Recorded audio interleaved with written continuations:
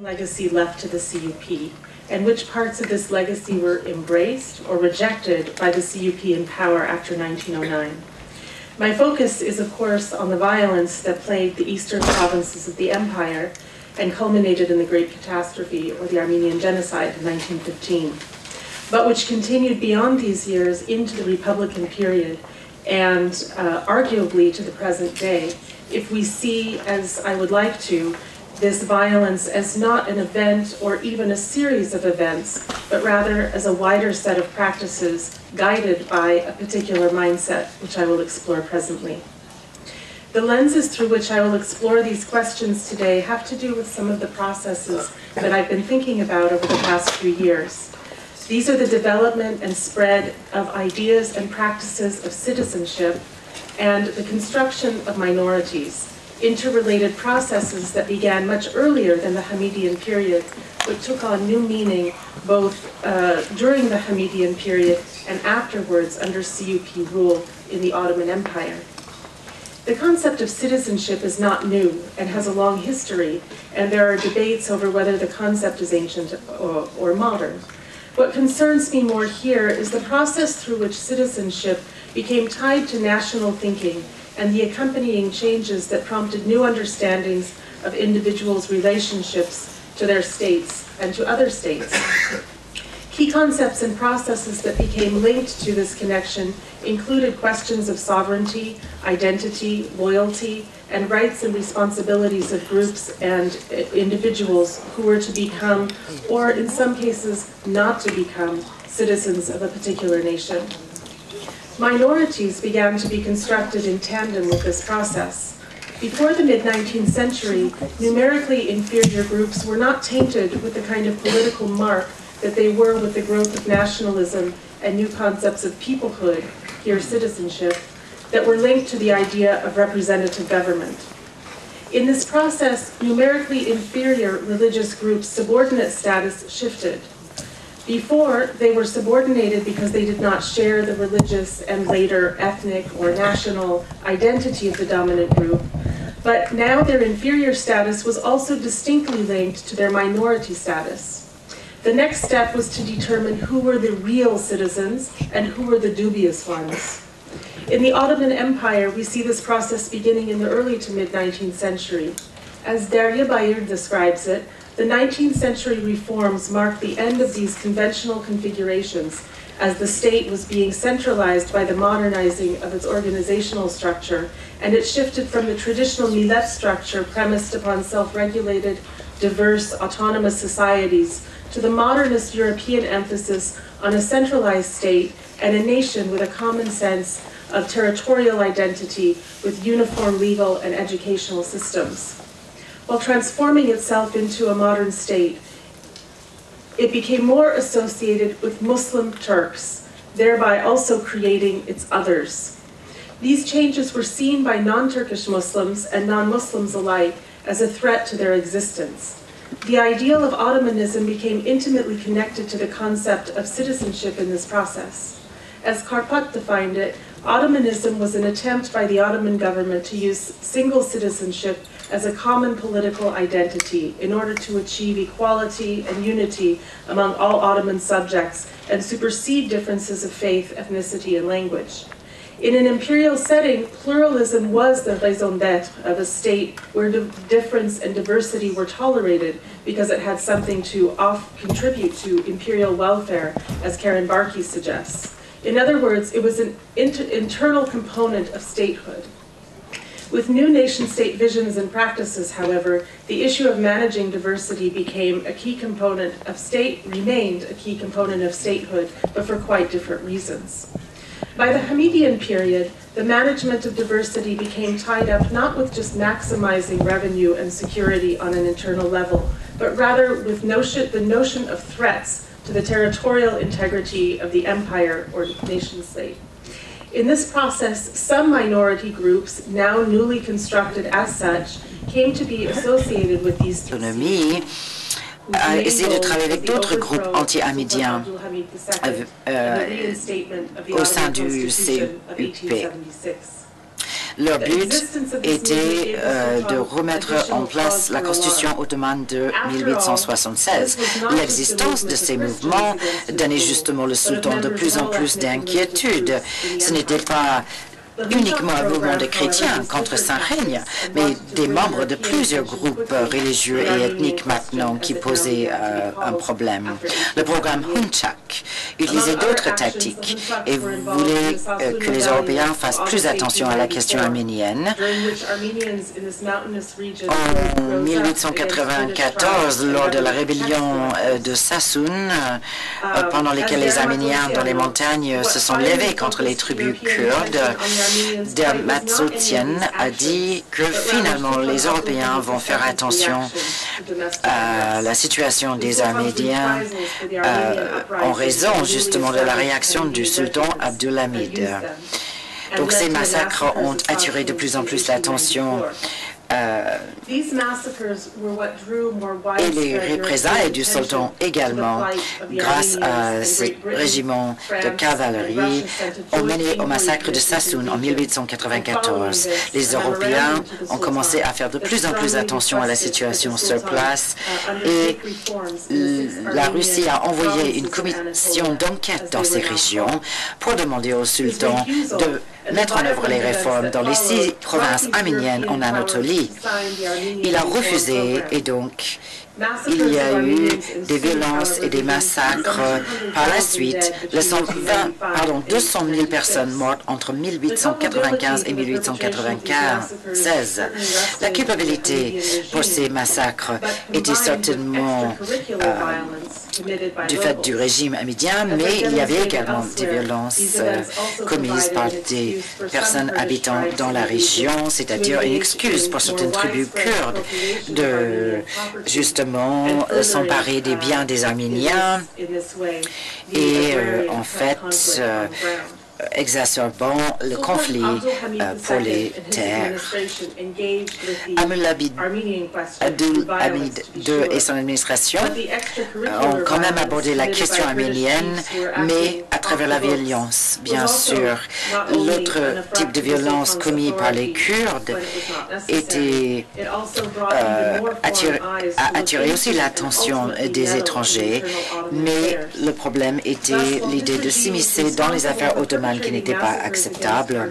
Alors que le régime était responsable pour ces massacres contre les Arméniens, le régime a aussi quand même envoyé des représentants dans les régions kurdes pour discuter de ces réformes, afin de les convaincre que ces réformes pouvaient les bénéficier et en leur demandant d'arrêter leur violence contre les Arméniens. Quand on considère que cette période laisse comme héritage aux jeunes Turcs au pouvoir, il faut comprendre les objectifs plus larges des deux régimes et aussi les différents processus sociaux, économiques et géopolitiques. Les deux régimes ont suivi l'attention des administrations pour prévenir les pertes territoriales et pour avoir une meilleure contrôle sur les politiques et les lois afin de raffermir la souveraineté de l'État à travers tout l'Empire. Mais ce processus de modernisation de l'État et la lutte concernant l'identité sociopolitique, les différentes dynamiques de pouvoir, en plus, tout cela constitue des processus à plus long terme qui font que les jeunes Turcs pouvaient mettre en œuvre leur ingénierie des populations décrites par Akam et Ungor. Au sein de ces processus de construction physique et humain de la nation, je pense que les Arméniens étaient le premier groupe qu'on soupçonnait, comme s'ils ont été marqués par ce statut de minoritaire. Par la suite, c'était aux Kurdes de devenir cette minorité menaçante et en fait, Cela avait trait aussi au développement du nationalisme turc aussi. Ce n'était pas qu'une question des personnes de l'autre côté de la frontière, mais des personnes au sein même de vos propres frontières, donc entre guillemets des minorités. C'est-à-dire les Turcs n'étaient ni arméniens ni kurdes et donc étaient contre ces deux principale menace à la nation.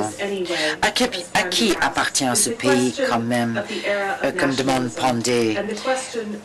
C'est une question lors de cette époque de nationalisme et la question qui a mené à l'élimination de la communauté arménienne et par la suite les tentatives de destruction de la communauté kurde en Turquie également. L'identité arménienne comportait une identité avec une grande question. Pandey demande quelles sont ces conditions qui font que de telles questions arrivent. Il expliquait qu'il y a deux tâches pour comprendre l'identité nationale naturelle, c'est-à-dire l'unité des peuples qui se réclament en tant que nation, et deuxièmement, le travail nécessaire au niveau politique pour laisser la place à toutes ces personnes différenciées au sein de la nation. Il faut se rappeler que ces groupes existent plus ou moins dans toutes les communautés politiques modernes. Les Arméniens et plus tard les Kurdes étaient des citoyens marqués par la réalité de l'intervention étrangère qui a conçu le concept d'État-nation. Les Arméniens étaient des citoyens différents parce qu'ils n'étaient soi-disant pas loyaux et des rumeurs circulaient comme quoi ils étaient avec les étrangers en train d'essayer de garder une partie du territoire ottoman pour eux-mêmes. Donc c'était le test de fidélité, de loyauté. Les Arméniens n'étaient pas de vrais citoyens, comme dit Pandey. D'abord les musulmans, après les Turcs, qui étaient les nous contre les autres. L'idée d'une bonne et d'une mauvaise communauté au sein de l'Empire était également établie. La nation devenait bien, mais les groupes et les minorités mauvais. Donc cette question était une menace aussi pour la communauté nationale. Dans ce contexte de la République ottomane et ensuite turque, la violence était vraiment la méthode pour ce groupe dominant au pouvoir de faire face à ces menaces. Et les personnes faisaient aussi partie de ces violences parce que les Arméniens et les Kurdes après étaient devenus entre guillemets des monstres potentiels ou réels qui ont tout fait cela contre nous et qui feront pire si on leur donne cette possibilité. Donc ces violences contre les minorités représentent un élément clé dans tous les génocides. Comment nous voyons la violence anti-arménienne dépend énormément des documents de Akam, Ongor et d'autres, mais il faut aussi reconnaître l'idée de construction de citoyenneté et toute cette dynamique et processus de construction des minorités. Cela continue aujourd'hui, bien au-delà de la période couverte lors de ma présentation. Merci. J'aimerais commencer par parler d'une chose dont il est difficile de parler, c'est-à-dire la révolution. Et comme vous le savez, chaque révolution est un événement qui défie les logiques et qu'on a du mal à saisir et qu'il est donc difficile à présenter. Et la même chose est vraie pour la révolution dite jeune turque de 1908. L'événement jeune turc a une complexité qu'il partage avec n'importe quel événement révolutionnaire depuis 1789. Mais 1908 a aussi une particularité, c'est que plus que n'importe quelle autre révolution probablement, elle se réfère à la question des rapports interethniques et à la question du pluralisme. Et ce n'est pas un constat rétrospectif. La question des rapports entre les communautés était effectivement au centre de la révolution jeune turque même. Et pour donner l'impression, je vous propose une citation de l'Ancien Testament, précisant que je vis à Jérusalem en ce moment, donc je pense que vous me permettrez. Donc, c'est une citation assez connue en fait. Les peuples forgeront leurs épées en soc de charrue et leurs lances en faucille. Une nation n'élèvera plus l'épée contre l'autre et l'on n'apprendra plus la guerre. Le loup habitera avec l'agneau, la panthère reposera avec le chevreau. Le veau et les lions vivront ensemble. Et donc il y a deux raisons pourquoi je vous donne cette citation. Tout d'abord, je pense qu'elle décrit très bien, effectivement, le moment révolutionnaire de 1908. Elle fait référence à l'énorme espoir qu'on a mis dans la révolution jeune turque. Il est question d'une attente eschatologique. Il est référence à un avenir messianique qui paraît saisissable dans le moment de la révolution.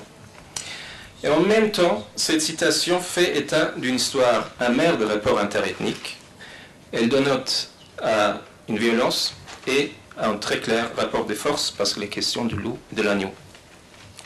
Deuxième raison pourquoi je vous donne cette citation, c'est que, évidemment, je ne suis pas le premier à l'utiliser. Ces mots ont été prononcés en août 1908, lors des festivités pour célébrer la révolution jeune turque, à Jérusalem même, devant une foule de plus de 40 000 personnes de toutes confessions. Et je remercie Bedros Dermatasyan qui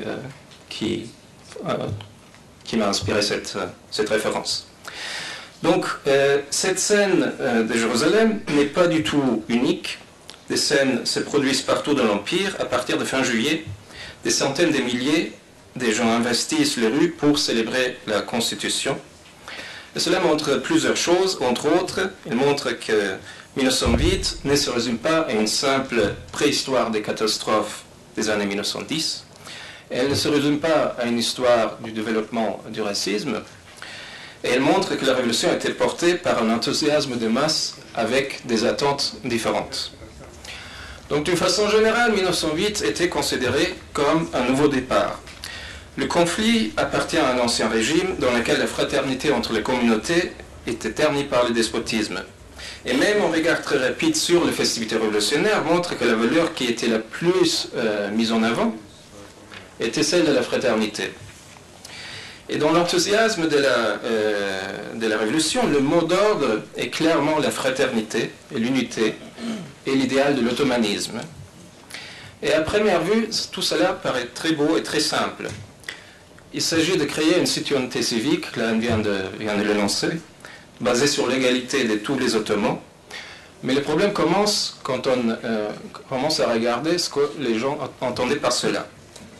Et au cours de la seconde période constitutionnelle, il s'avère qu'il y a des conceptions divergentes, voire opposées, sur la forme que l'unité ottomane était censée prendre.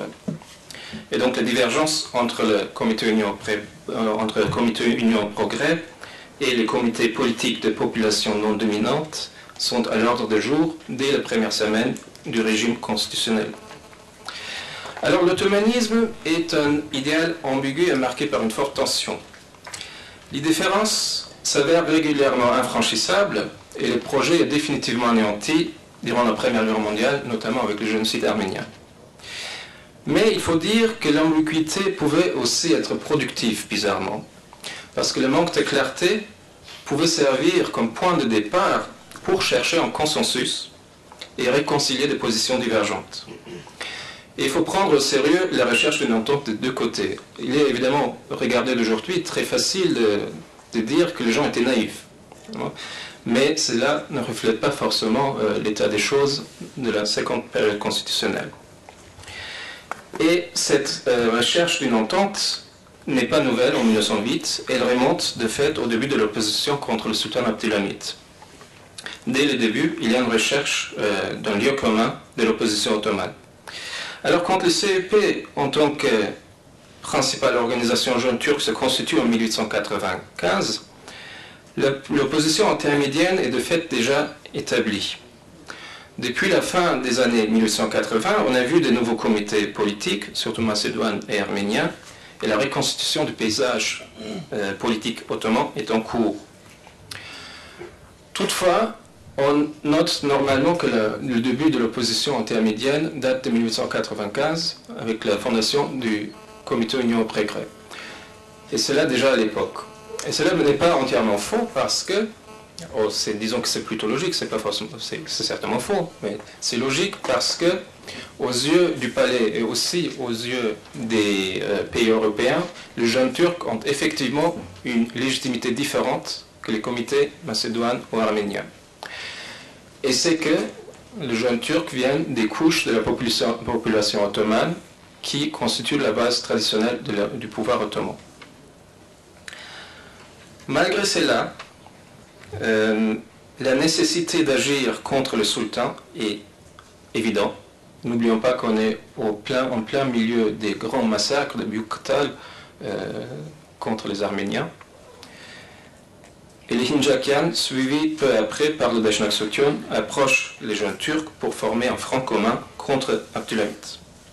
Et dès le début, les divergences de fond surgissent qui rendent l'entente difficile et souvent impossible. Pour le comité arménien, la condition spécifique de la population arménienne et les atrocités commises dans l'est du pays demandent une politique spécifique. Ils demandent donc des réformes dans les 6 provinces orientales pour obtenir des améliorations immédiates pour la population concernée et envisagent une forme d'autonomie. Cette revendication est diamétralement opposée à la position des jeunes Turcs. Pour eux, la seule politique valable est la réforme générale de l'Empire ottoman. Ils s'opposent ainsi à toute revendication de réforme spécifique. Et derrière cette opposition se cache une conception spécifique de ce que c'est l'ottomanisme et qui fait aussi preuve de ce qu'on peut appeler la contradiction essentielle de la philosophie politique ottomane au XIXe siècle. Comme l'a bien dit Klein, à partir de Tanzimat, l'ottomanisme est défini comme un idéal pour créer une citoyenneté bourgeoise abstraite, basée sur l'égalité de tous les Ottomans masculins. D'autre part, il s'avère rapidement que l'élite étatique ne s'affranchit pas des dispositions traditionnelles du pouvoir, qui privilégient les musulmans et plus particulièrement les Turcs, sur qui repose essentiellement l'autorité politique et militaire de l'État ottoman. Et nous constatons cette même constellation chez les jeunes Turcs, cette même contradiction. D'une part, leur idéologie s'inscrit dans la tendance universalisante de la philosophie ottomane moderniste. Elle est inspirée des Lumières. C'est au nom de cet universalisme qu'ils prônent une politique de centralisation et de rationalisation de l'État. Et cette politique se présente comme une politique logique. Elle est cohérente, elle est universalisante. Elle se fait au nom de toutes les communautés ottomanes. Elle promet d'en finir avec l'animosité entre les communautés et d'établir l'égalité réelle. D'autre part, les jeunes Turcs ont une perception de l'Empire comme étant essentiellement islamique et turc. Et en résultat, ils prônent la centralisation et la rationalisation de l'Empire en récurrent à un symbolisme et un discours islamique et turc. Et leur ottomanisme porte ainsi nécessairement une dimension anti-arménienne. Les jeunes Turcs ne sont pas forcément contre le pluralisme, au moins pas au début, mais contre l'idée que le pluralisme devrait porter une signification politique. Ahmet Reza l'exprime très bien en 1900. « L'Arménie n'a aucun sens en politique », déclare-t-il. Sous cet angle, la confrontation avec les communautés arméniennes est inévitable. Pour les communautés arméniennes, l'Arménie doit pouvoir s'exprimer au sein de l'ottomanisme. Il faut dire que souvent les comités arméniens sont beaucoup plus conscients du contenu particulariste de l'universalisme jeune turc que les jeunes turcs eux-mêmes. La plupart du temps, les jeunes turcs partent d'une évidence et ils n'ont pas vraiment une claire compréhension de la portée de leur position, de la portée particulariste de leur position. Malgré cette divergence de fond, Arméniens et jeunes turcs continuent à chercher l'entente. Et quoi qu'il en soit, les jeunes turcs représentent au final la fraction libérale de la société dominante et la nécessité d'agir contre les sultans et son régime anachronique existe toujours. Dans les années 1900, le jeune turc Prince Sabahattin s'impose comme le nouvel interlocuteur des comités arméniens. Sabahattin a une vision politique un peu plus libérale que la plupart des jeunes turcs, et surtout, il est en faveur d'une structure plus décentralisée de l'Empire ottoman. Mais il faut dire, et je pense que Bozaslan ne va pas aimer ça, mais il part lui aussi du caractère essentiellement turc et islamique de l'Empire et n'accepte par exemple jamais l'idée d'une autonomie arménienne. Mais toutefois, sa vision paraît plus compatible avec les exigences arméniennes. Mais au final, c'est encore une fois le CEP qui devient le partenaire principal des comités arméniens. Et cela non pas principalement pour des raisons idéologiques, mais pour des raisons pragmatiques. À partir de 1906, les jeunes Turcs commencent à reconsidérer leur politique. Ils sont dans l'opposition depuis plus de 10 ans, sans aucun effet tangible. Et donc en regardant autour d'eux, en regardant les comités arméniens et les comités macédoines, en regardant aussi les événements dans le monde, ils décident que ce qu'il faut faire pour changer quelque chose dans la politique ottomane, c'est plus la publication des journaux, c'est plus la propagation de la vérité à travers des organes, mais l'organisation politique. Il faut s'organiser et il faut pousser à un changement du régime. À partir de 1906, le comité Union au Progrès commence à se doter d'une structure d'organisation politique et se impose petit à petit comme un facteur de la politique ottomane. Notamment, il infiltre l'armée ottomane et établit un réseau très étroit d'organisations dans les provinces balkaniques. Fin 1907, on convoque un rassemblement, une assemblée à Paris. Les organisations diverses de l'opposition ottomane sont invitées à une conférence. À l'issue du congrès, l'alliance de l'opposition ottomane est officiellement conclue. Les comités arméniens acceptent le régime constitutionnel comme le cadre principal pour débattre de la question arménienne. Le leader d'Ashnak, Aknouni, déclare solennellement que l'on va se retrouver l'année suivante à Constantinople, libéré du joug du despotisme. Alors, dans l'exécution de la révolte, moins de 8 mois après ces mots, l'importance de cette alliance est assez secondaire. C'est notamment grâce à sa structure d'organisation que le CEP arrive à instiguer en été 1908 une révolte en Macédoine qui se développe au cours des semaines en une révolution avec les scènes d'euphorie que je vous ai expliquées au début. Toutefois, il faut dire que l'action jeune turque se réalise dans une atmosphère préparée par des années d'activité politique des comités issus des groupes non dominants. Bien avant 1908, il y a eu en Macédoine et dans les provinces arméniennes des appels à la restauration et au rétablissement de la constitution ottomane. Et le Dashnak-Sutyun, par exemple, revendique à juste titre sa part dans la révolution dite jeune turque et continuera à le faire pendant des années. Mais il est vrai que la plus grande part revient finalement au CEP. Dès l'été, le CEP jouit d'une très grande réputation pour avoir orchestré le rétablissement de la révolution et reçoit le surnom comité sacré. Le CEP se considère comme le gardien du régime constitutionnel pour avoir instigé son rétablissement. Une place prépondérante dans la politique post-révolutionnaire lui est ainsi garantie. Mais son véritable pouvoir provient de son organisation politique.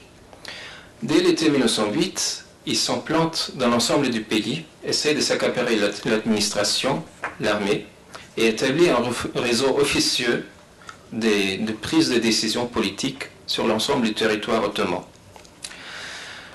Dans le contexte des menaces qui pèsent sur le régime constitutionnel et sur l'Empire ottoman en général, la persistance de l'ancien régime, les pressions extérieures, il faut, d'après les unionistes, une structure officieuse pour pouvoir garder le régime constitutionnel en tant que cadre principal de l'expression politique ottomane, seul moyen de moderniser le pays. Le CEP est donc mieux organisé que les autres formations politiques de la seconde période constitutionnelle. Et de là, l'abus de pouvoir n'est pas loin. Le CEP revendique de fait une autorité exclusive sur la définition de la politique à suivre et entre en conflit avec les comités arméniens. Mais avec une différence, cela évidemment avait déjà existé dans les années 90, 1890. Mais la différence est que dans les années 90, cela avait présenté des querelles entre des groupes d'opposition différentes. Sous la seconde période constitutionnelle, ces querelles deviennent un conflit à connotation politique directe. Pour le CEP, l'expression politique des groupes issus des populations non dominantes ne présentent donc plus des simples divergences, mais s'imposent au cours des années comme des problèmes de fond. Et au total, pour finir, il faut dire qu'en dépit de la tendance universalisante de leur pensée bourgeoise, le jeune Turc reste prisonnier de la contradiction essentielle de la philosophie politique ottomane et n'arrive pas à imaginer une unité ottomane autre que partant du caractère islamique et turc de l'Empire. Malgré la volonté générale d'un nouveau départ en 1908, le CEP reproduit un rapport de force dans les relations entre les communautés. L'attente messianique exprimée dans le moment révolutionnaire reçoit des fissures et finit par voler un éclat. Merci.